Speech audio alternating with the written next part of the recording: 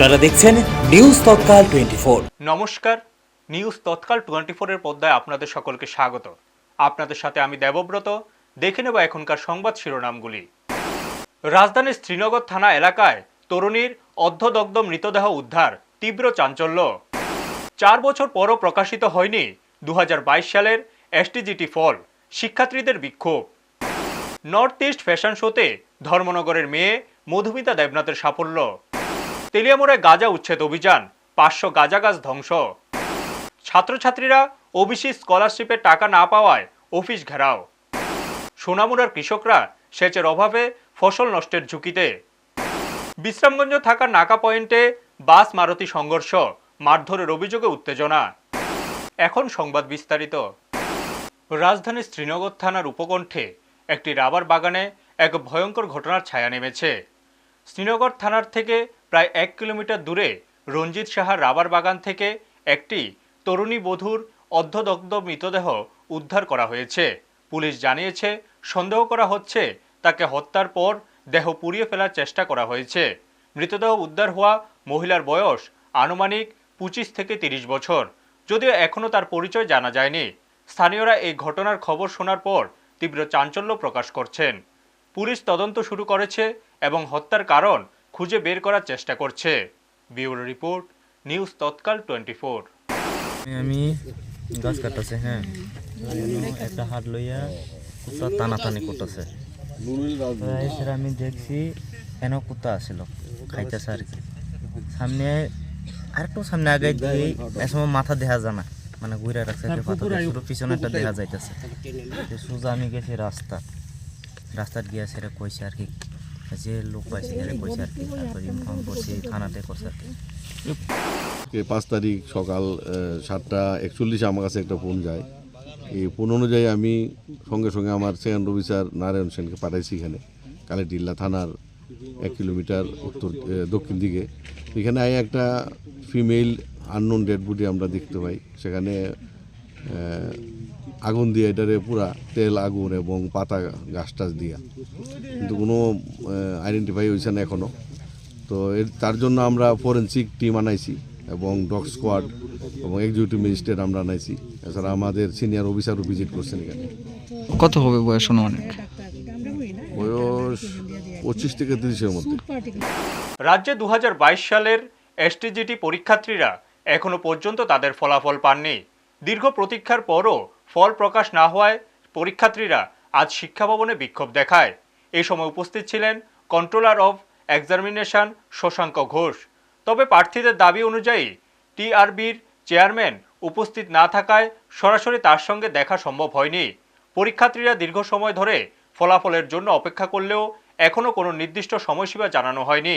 শিক্ষার্থীরা দ্রুত ফলাফল প্রকাশের দাবি জানান এবং প্রশাসনের প্রতি চাপ সৃষ্টি করছেন। এই ঘটনায় শিক্ষা ভবনে চরম চাঞ্চল্য সৃষ্টি হয়েছে। ব্যুরো রিপোর্ট, নিউজ তৎকাল 24। নমস্কার। প্রথমে মিডিয়া বন্ধুদেরকে আমাদেরকে এখানে এসে সহযোগিতা করার জন্য। আমরা এখানে এসেছি 2022 সনে সেপ্টেম্বর মাসে 11 তারিখ আমরা পরীক্ষা দিয়েছিলাম।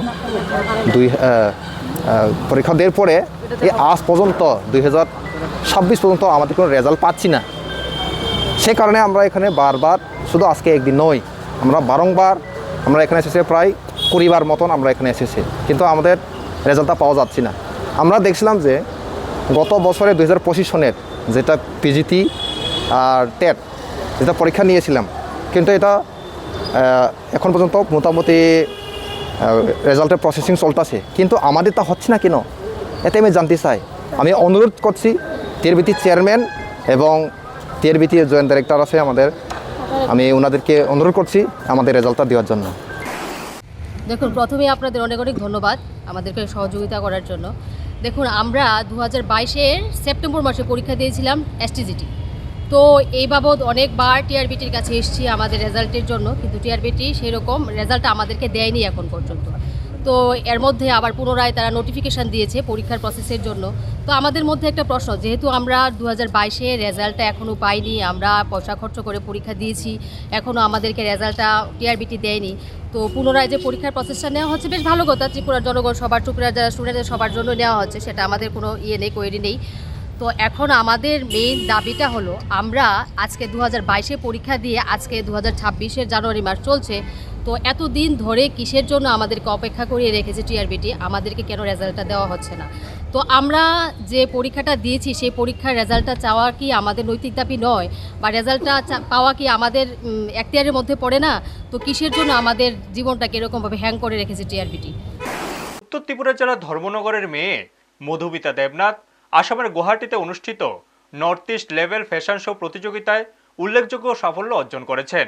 7টি রাজ্যের প্রতিযোগিতার মধ্যে মধুমিতার পারফরমেন্সকে সম্মাননা দেওয়া হয়েছে। মধুমিতা দেবনাথ ধর্মনগরের নেতাজি পাড়া এলাকার বাসিন্দা এবং গোল্ডেন ভ্যালি বিদ্যালয়ের 8ম শ্রেণীর ছাত্র। এর আগেও সে ত্রিপুরা গড ট্যালেন্ট হান্ট প্রতিযোগিতা এবং দ্য ভিশন অফ ত্রিপুরার miss 10 best of the best বিভাগে চমৎকার পারফরমেন্স দেখিয়েছে। মধুমিতার এই সাফল্যে পরিবার, আত্মীয় স্বজন ও সাংস্কৃতিক মহলে আনন্দের আবহ ছড়িয়েছে। অভিভাবকরা জানিয়েছেন তারা মধুমিতাকে ভবিষ্যতে আরও বড় মঞ্চে প্রতিষ্ঠিত করার জন্য সব রকম সহায়তা ও প্রেরণা দিয়ে যাবেন। ब्यूरो रिपोर्ट, न्यूज़ तत्काल 24।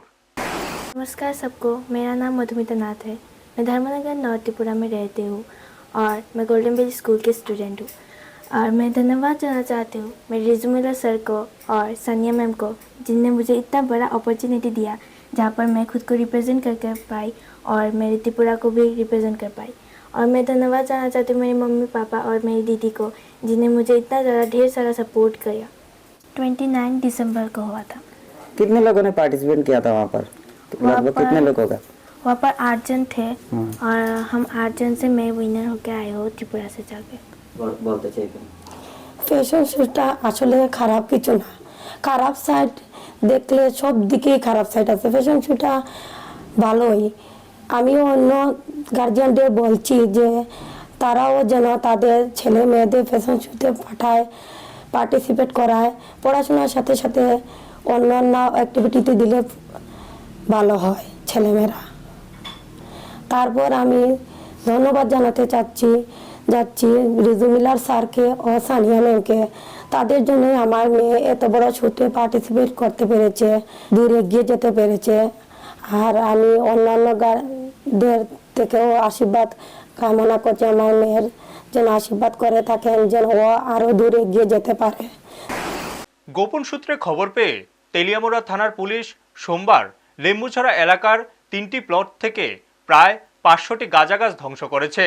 অভিযানে নেতৃত্ব দেন তেলিয়ামুড়া থানার সেকেন্ড ওসি অজিত দেববর্মা।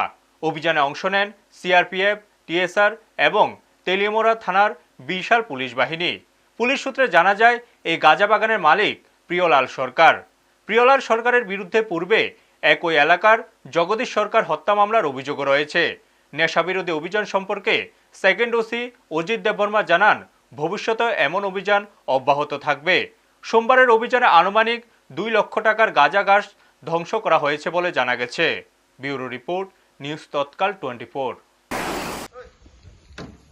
আমাদের কাছে তেলিয়ামুড়া থানাতে খবর আছে যে একটা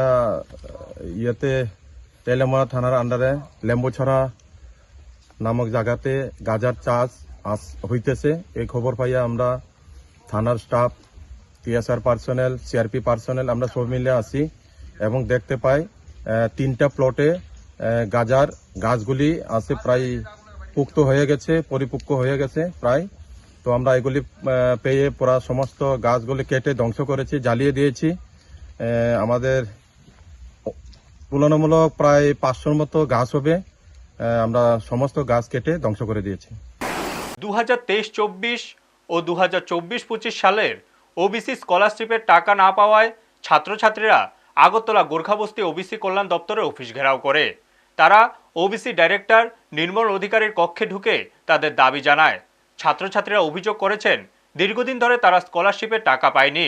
দপ্তরের পক্ষ থেকে বলা হয়েছে 16,000 জন ছাত্রছাত্রীর মধ্যে 11,000 জনকে স্কলারশিপের টাকা দেওয়া হয়েছে, বাকি 5,000 জনকে কিছুদিনের মধ্যে দেওয়া হবে।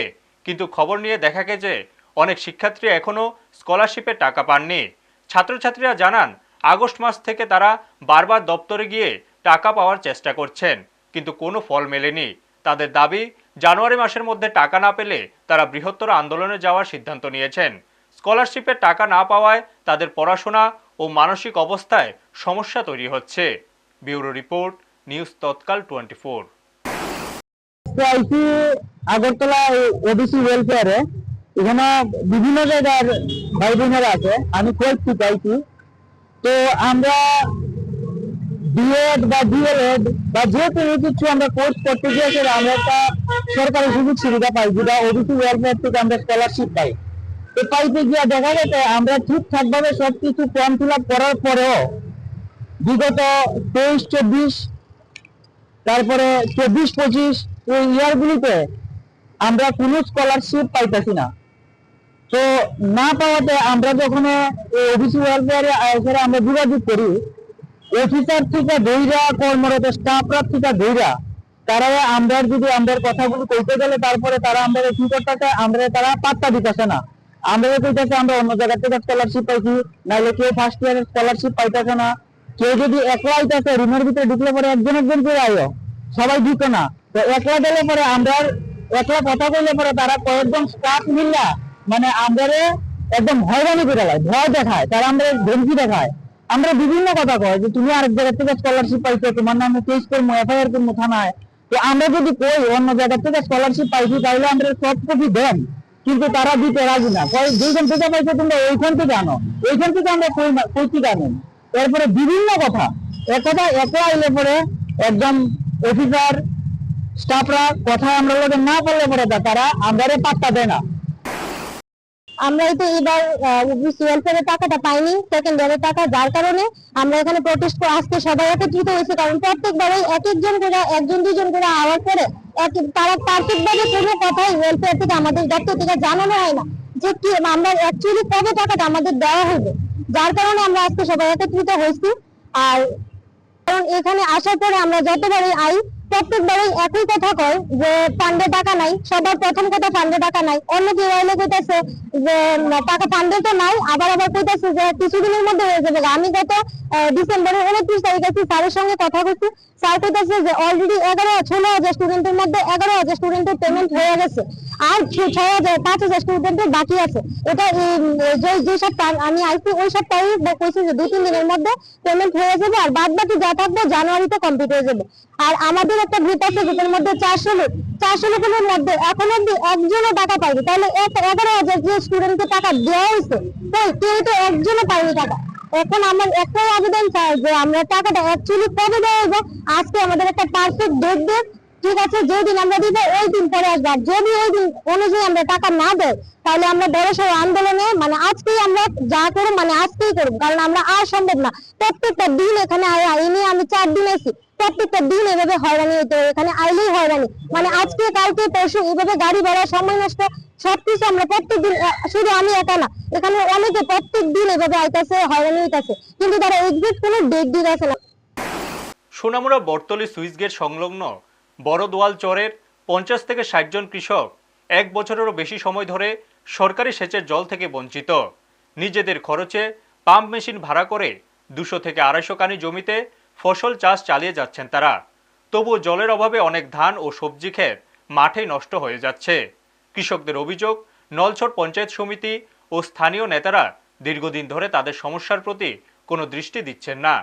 এবার মেলাঘর সোনামুড়ার মূল সড়ক প্রশস্তকরণের কারণে পুরনো সুইচ গেটের পাশে নতুন সুইচ গেট নির্মাণ করা হচ্ছে।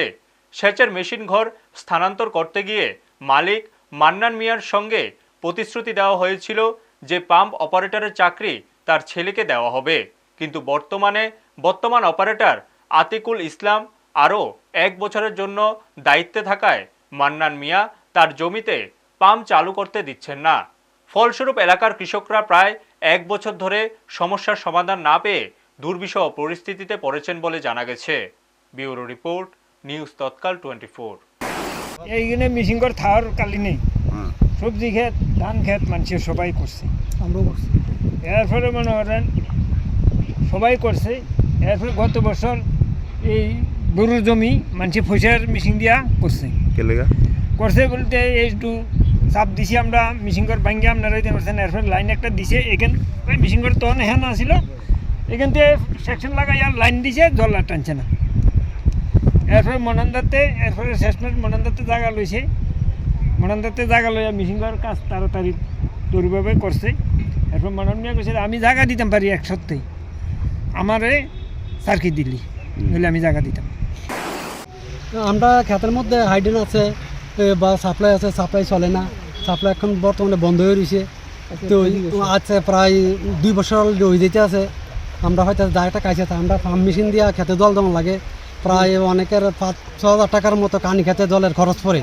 তো আমরা কি অনেক জলের খরচ চালাবো নাকি যে অবস্থা, অনেক সময় সবজিরও পয়সা পাওয়া যায় না, এইটা চালাতে যাই আমরা বিরাট পেরেশানি হইতে আছে। মানে জমি করতে যায় বা ক্ষেতের এই পানির বাবদে অনেক আমরা ক্ষতির পরিমাণ, কৃষকের খুব চাপ সৃষ্টি, আমরা একটু অসুবিধার মধ্যে আছি।